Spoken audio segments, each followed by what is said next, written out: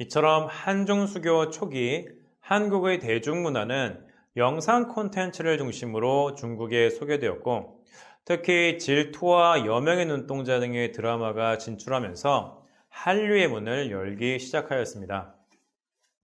하지만 앞서 말씀드린 것처럼 처음 중국에 진출한 이 두 드라마는 여러 의미 있는 성과를 거두었음에도 지역 방송국을 통해 방송되는 한계를 극복하지 못하고 중국 내에서 큰 인기를 끌지 못한 채 막을 내리고 말았습니다. 본격적으로 한국의 대중문화가 중국 사람들로부터 인기를 끌기 시작한 것은 역시 MBC에서 방송했던 사랑이 뭐길래라는 드라마가 수출되면서입니다. 이 사랑이 뭐길래 또한 한국에서 큰 인기를 끌었던 드라마였는데요. 이 드라마는 1991년 11월부터 MBC를 통해 방송이 되었고요. 그리고 평균 시청률이 무려 59.6%로 역대 시청률 1위를 기록하기도 하였습니다. 이 사랑이 뭐길래는 가부장적인 집안과 그리고 반대로 현대적인 분위기의 집안이 사돈을 맺으며 벌어지는 일들을 재밌게 그려낸 드라마인데요. 사실 이 드라마가 중국에서 성공할 것이라고는 아무도 예상하지 못했습니다. 1994년 중국으로 수출되어서 1997년 6월부터 중국 중앙텔레비전 이 CCTV 채널을 통해 방송되었는데요. 일요일 오전에 방송이 편성되었음에도 불구하고 이 평균 시청률이 4.2%를 기록하는 등 이 중국에서 큰 인기를 끌게 되었습니다. 4.2%라는 이 시청률은 CCTV가 수입한 외국 드라마 가운데 역대 2위에 해당하는 기록인데요. 당시 이 드라마에 대한 중국인들의 관심이 얼마나 뜨거웠는지 알 수 있습니다. 사랑이 뭐길래의 인기는 한 번으로 끝나지 않았습니다. 드라마가 끝난 이후 이 중국의 많은 시청자들이 방송국에 재방송을 요청하였고, 시청자들의 요청에 따라 1998년 7월 CCTV 2번 채널을 통해 더 많은 사람들이 볼 수 있도록 하였고, 더 많은 중국인들의 관심을 불러 모으게 되었습니다. 이 사랑이 뭐길래가 중국에서 성공할 수 있었던 이유에 대해서는 여러 가지로 설명할 수 있습니다.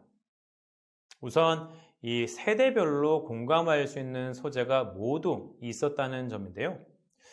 중장년 시청자들에게는 이 가족 공동체와 그리고 유교적 문화라는 소재에 공감대가 형성되었고, 젊은 세대의 경우에는 배우들의 이 세련된 용모와 그리고 패션에 열광하게 되었습니다. 질투나 여명의 눈동자와 같이 기존에 방송되었던 한국 드라마도 사랑이 뭐길래의 성공에 영향을 미쳤습니다. 이 두 드라마는 비록 지방방송국을 통해 방송되었지만 중국인들에게 이 한국 드라마를 접할 수 있는 기회를 제공하였고, 이런 측면에서 본다면 사랑이 뭐길래라는 한국 드라마에 대한 익숙함이 작용했기 때문입니다. 어쨌든 이 사랑이 뭐길래의 성공은 한국의 TV 드라마가 한류 돌풍을 일으키는데 중요한 역할을 하게 됩니다. 왜냐하면 사랑이 뭐길래 이후 느낌이라든가 모래시계, 마지막 승부, 젊은이의 양집, 별은 내 가슴에 등 많은 한국 드라마가 중국에 진출할 수 있었기 때문입니다. 그렇기 때문에 한류를 연구하는 많은 사람들이 사랑이 뭐길래가 방송된 이 1997년을 한류 시작의 원년으로 표현하고 있습니다. 한류 시작의 원년이라는 표현에서 알 수 있는 것처럼 1997년을 기점으로 중국에서는 이 한류라고 하는 표현이 등장하였습니다. 물론 한류라는 표현이 등장한 배경에는 사랑이 뭐길래라는 드라마 때문만은 아닙니다. 사랑이 뭐길래가 한류를 주도한 것은 맞지만 비슷한 시기 이 베이징 라디오 방송에서 서울음악실이라는 프로그램을 통해 한국의 대중음악을 소개하고 있었는데요. 이렇듯 중국에서의 한국 대중문화는 1990년대 초와 비교하여 중국인들에게 더 많이 알려지고 있었습니다. 자, 중국에서 사랑이 뭐길래가 크게 성공한 이후 많은 한국의 드라마가 중국에 진출하게 됩니다. 많은 드라마들 중에 이 별은 내 가슴에는 사랑이 뭐길래보다 더 큰 사랑을 받게 되는데요. 당시 중국 내 시청률은 사랑이 뭐길래보다 높은 5.8%를 기록하였습니다. 시청한 사람의 수를 보면 약 1억 5천만 명 정도가 이 별은 내 가슴에를 시청했다고 합니다. 별은 내 가슴에는 또한 단순히 인기 있는 콘텐츠로 끝나지 않았습니다. 드라마에 출연했던 탤런트들이 유명 스타로 발돋움하는 계기가 되었는데요. 주연이었던 안재욱과 그리고 이미 질투를 통해 중국에 알려졌던 이 최진실이 한류 스타로 이름을 올렸고, 그리고 차인표 역시 큰 인기를 끌게 되었습니다. 콘텐츠로 시작한 한류가 이 한류 스타로까지 이어지게 된 것이죠. 그리고 이들이 중국에서 큰 인기를 얻기 시작하자 중국인들은 한국의 대중문화에 더욱 큰 관심을 갖게 되었고, 이들은 한류의 확산에 크게 기여하게 됩니다. 자, 사랑이 뭐길래를 시작으로 중국에서 인기를 끌기 시작한 한국 대중문화의 열기는 대중음악으로까지 이어지게 됩니다. 앞서 말씀드린 것처럼 이 사랑이 뭐길래가 중국인들의 인기를 끌던 시점에 베이징 라디오에서는 서울음악실이라는 프로그램을 통해 한국의 대중음악을 소개하고 있었는데요. 이후 한국의 이 대중음악은 아이돌 그룹을 중심으로 빠르게 확산하기 시작합니다. 앞서 한번 언급했던 적이 있는데요. H.O.T라는 아이돌 그룹 기억하시죠? 1996년 결성한 보이그룹으로 한국에서도 엄청난 인기를 끌며 10대 여학생들을 중심으로 하나의 문화현상을 만들었습니다. 바로 이 H.O.T가 중국에서 음반을 발매하며 중국 시장에 진출한 것인데요. H.O.T는 중국 진출 이후 서서히 인기를 얻기 시작합니다. 사실 1980년대 한국과 중국이 극히 제한적인 교류를 하던 때에도 한국의 음악이 중국에 소개된 적은 있습니다. 한국의 대표적인 가수로 잘 알려져 있는 조용필의 친구여란 노래가 중국어로 번안되어서 소개된 적이 있었고, 1988년 서울올림픽 이후에는 이 올림픽 주제가였던 손에 손잡고 같은 노래들이 소개된 적이 있었습니다. 하지만 당시에는 이 두 나라가 여전히 적대 관계에 있었기 때문에 한국의 대중음악이 소개는 되었지만 확산하지는 못했습니다. 반면 이 H.O.T는 중국에서도 특히 10대들을 중심으로 큰 인기를 끌면서 한국의 대중음악이 중국에서 확산하는 데 결정적인 역할을 하였습니다. 그리고 2000년 2월 1일 한국의 설과 같은 중국의 최대 명절인 춘절 때에 H.O.T가 베이징 공연을 열게 됩니다. 결론적으로 이 H.O.T의 베이징 공연은 큰 성공을 거두었는데요. 콘서트 입장권이 예매 단계에서 90%가 팔리면서 흥행에 성공한 것입니다. 당시 입장권의 가격은 8,000원에서 1,000위안 정도였는데요. 당시 환율로 계산해 본다면 약 12,000원에서 15만 원에 해당하는 금액입니다. 그런데 2000년 당시 중국의 1인당 GDP가 960달러였던 것을 감안한다면 H.O.T 공연의 입장료는 매우 높은 가격으로 형성되어 있었던 것이죠. 심지어 표가 없어서 원래 가격의 몇 배에 해당하는 가격으로 암표가 판매되기도 하였습니다. 또한 베이징의 최대 석간신문인 베이징 완바오는 청년들이 가장 받고 싶어하는 춘절 선물로 이 H.O.T 콘서트 입장권이라고 보도하기도 하였습니다. 뿐만 아니라 베이징 시내의 번화가인 이 동시베이따 거리에는 H.O.T 카페가 생겼고요. H.O.T 팬클럽도 생겨났습니다. 그리고 H.O.T가 공연했던 당시 베이징의 날씨는 영하 10도가 넘는 아주 추운 날씨였다고 하는데요. 이처럼 추운 날씨에도 불구하고 수많은 10대 중국 팬들은 공연장이었던 이 궁런체육관 앞에 긴 줄을 서서 공연을 기다렸습니다. 이처럼 H.O.T의 중국 진출은 중국 사회에 이 한국의 대중음악과 나아가 한국의 대중문화에 대해 깊은 인상을 심어줄 수 있었고, 무엇보다 한국의 대중문화를 소비하도록 하였습니다.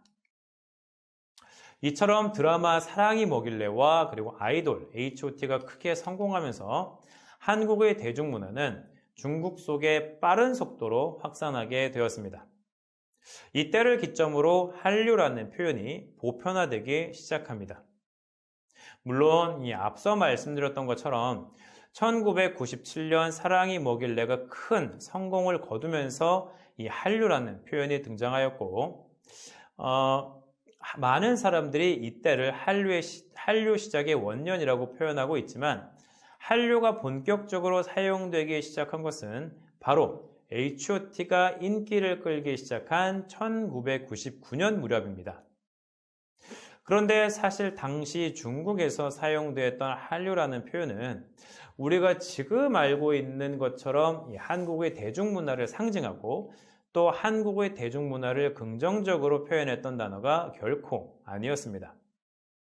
오히려 비교적 부정적인 의미로 사용하던 표현이 바로 한류라는 표현인데요.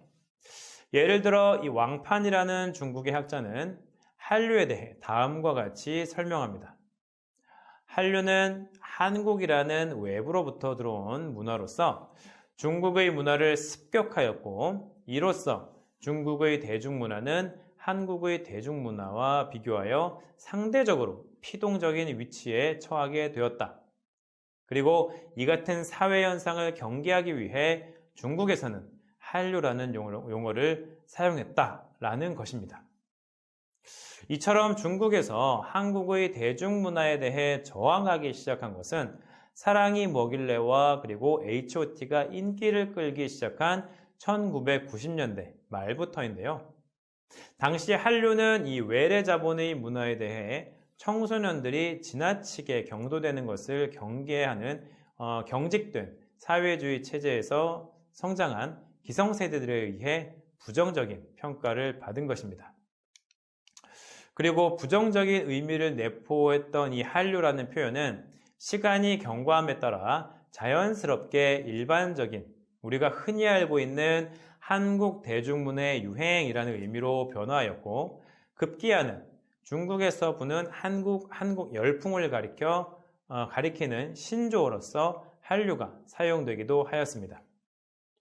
이처럼 부정적인 인식이 많이 사라지고 또 특히 10대를 포함하여 전 연령층이 한국의 대중문화를 좋아하게 되면서 한류는 중국 내에서 한국의 대중문화를 상징하는 표현으로 자리 잡게 되었습니다.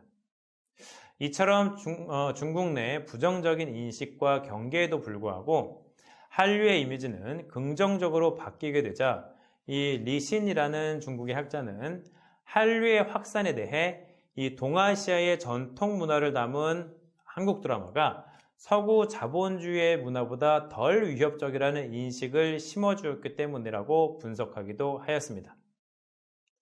우리가 흔히 사용하는 표현으로 한류는 이제 대세가 된 것입니다. 또 다른 기사를 통해서도 당시 한류라는 표현이 부정적인 의미로 사용되었었다는 것을 확인할 수 있는데요. 중국에는 공산주의 청년단이라는 단체가 있습니다. 흔히 공청단이라고 부르는데요. 이 공청단은 14세부터 28세의 젊은 세대로 구성되어 있으며 공산주의 사회제도의 구현을 목표로 설립된 조직으로 중국 공산당이 운영하는 단체입니다. 즉, 중국 공산당이 필요로 하는 인재를 젊은 나이부터 육성하는 역할을 담당하고 있는 것이죠. 중요한 것은 이 공산주의 사회제도 구현을 목적으로 한다는 것입니다. 이러한 목적을 고려한다면 한국의 대중문화는 사실 이들이 추구하는 목적과 이념에서 많이 벗어나 있습니다.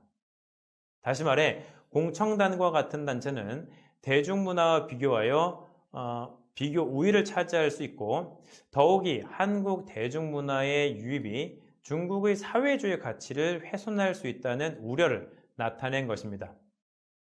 이와 관련하여 공청단이 발행하는 베이징 칭리엔바오가 보도한 한류 관련 내용도 주목할 만합니다.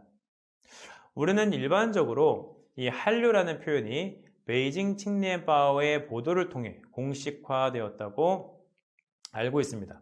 그리고 이때를 기점으로 한류라는 표현이 확산되었다고 보는데요. 당시 베이징 칭리엔바오는 사랑이 뭐길래 등 이 한국의 드라마가 중국에서 많은 사랑을 받고 있고 그리고 H.O.T나 클론 같은 가수들의 공연에 중국 청소년들이 열광하고 있다며 한류라는 표현을 사용하였습니다. 그런데 당시 베이징 칭리엔바오의 한류 관련 기사는 한국의 대중문화와 그리고 연예인에 빠져있는 중국 청소년들의 행태를 경계하는 의미로 한류라는 표현을 사용했다는 점입니다. 자, 영하 10도가 넘는 추운 날씨에 한국 아이돌 그룹의 콘서트를 보기 위해 몇 시간이고 줄을 서는 한국의 대중문화에 열광하는 이 젊은 세대들의 모습을 보고 비판하는 것이죠.